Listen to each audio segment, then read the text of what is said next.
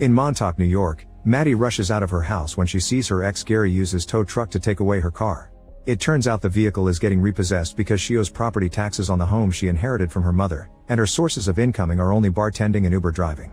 Without the car, there are even fewer chances of paying that debt. Gary is mad at Maddie because she ghosted him, but Maddie still tries to flirt with him and says she's been thinking about him all this time. At first Gary seems to believe her, but then Maddie's late-night guest comes out of the house too. Maddie tries to pretend he's a cousin, but the guy begins getting affectionate, so Gary leaves with the car. Now Maddie has no choice but to rollerblade to work. On her way there, she sees Gary's tow truck parked nearby while Gary is inside a store getting food.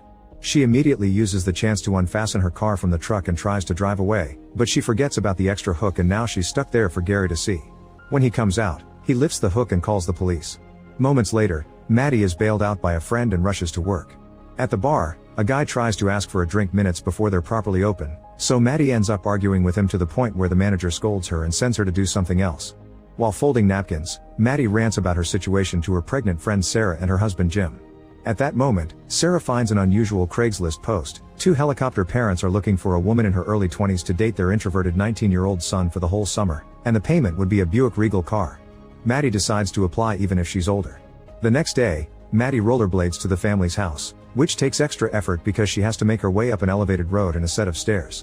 The Beckers ask some basic questions, and when they learn that Maddie is 32, they hesitate to hire her.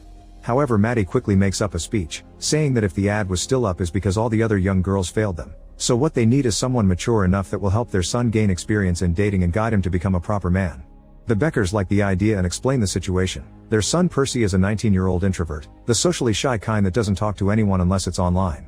He doesn't drink, doesn't smoke, and doesn't go to parties. The parents are worried that he is missing out on the teenage experience, and they want him to have